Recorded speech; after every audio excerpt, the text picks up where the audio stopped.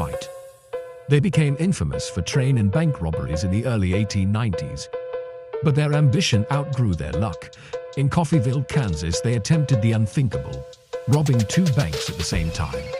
The townspeople, however, were not about to be victims. Armed locals fought back fiercely, and the dusty streets erupted into a violent firefight. By the end, most of the Dalton gang lay dead.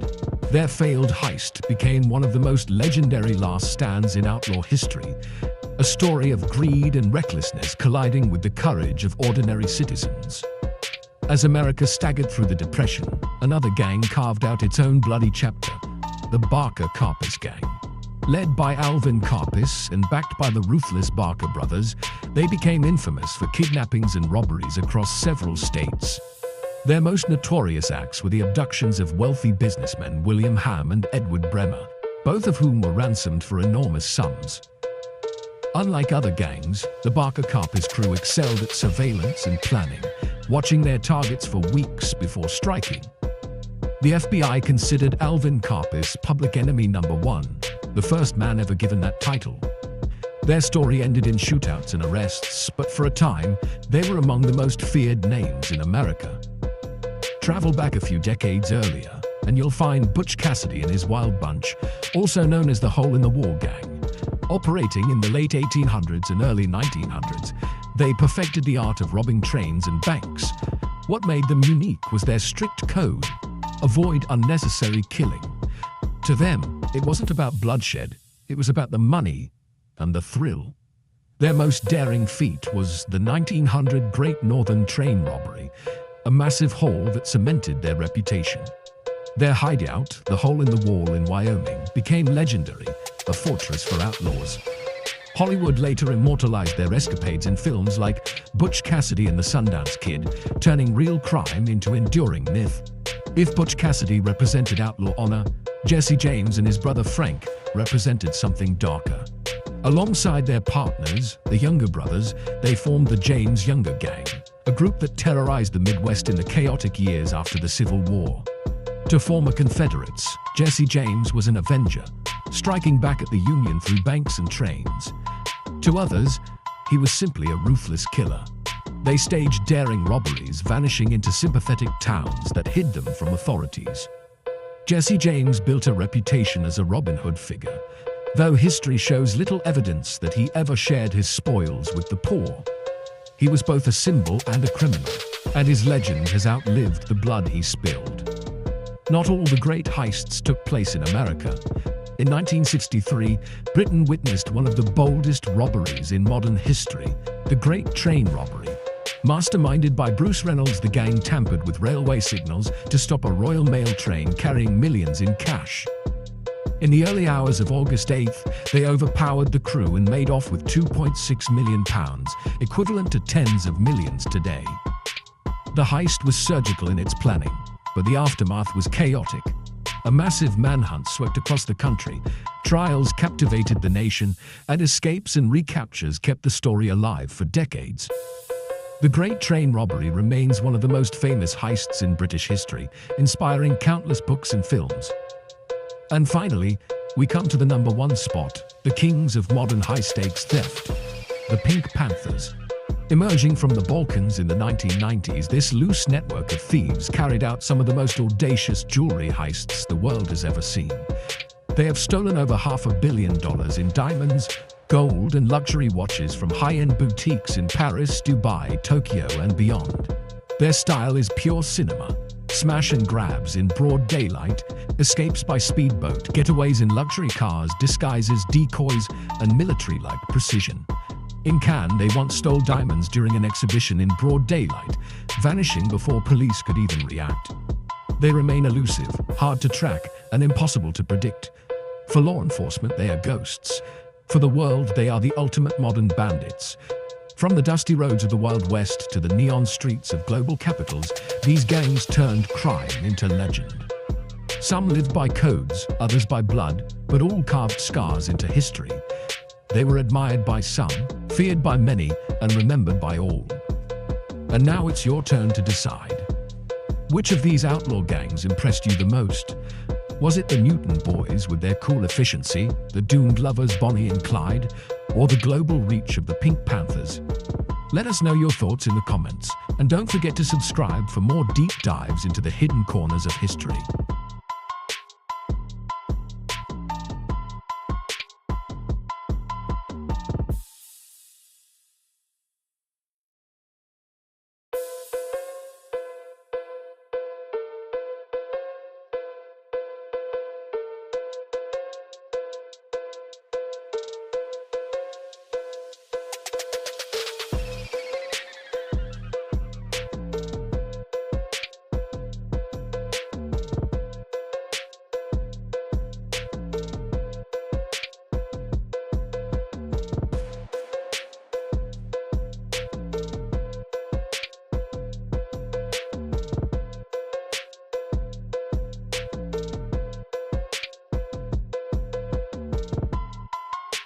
Becoming a thief has never been just about quick fingers or running fast enough to escape.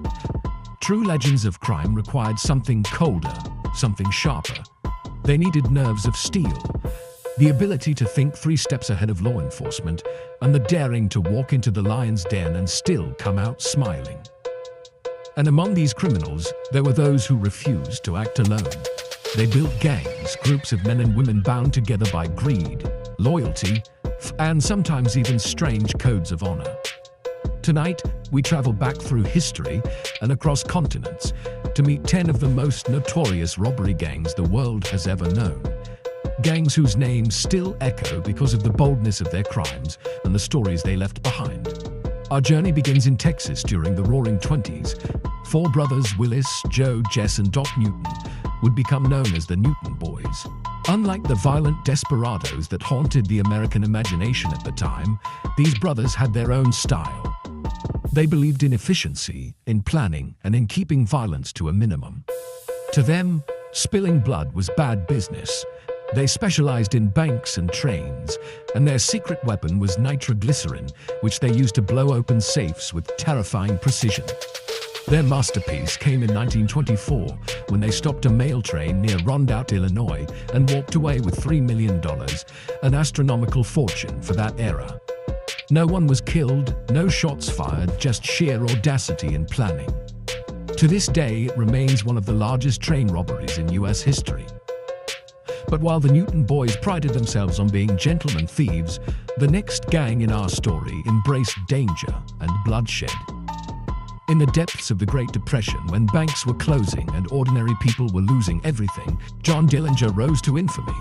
To many, he was a modern Robin Hood, a man who struck against the institutions that had failed them. But to law enforcement, he was a nightmare. The John Dillinger gang robbed more than 20 banks across the Midwest, armed with cunning disguises and fearless tactics.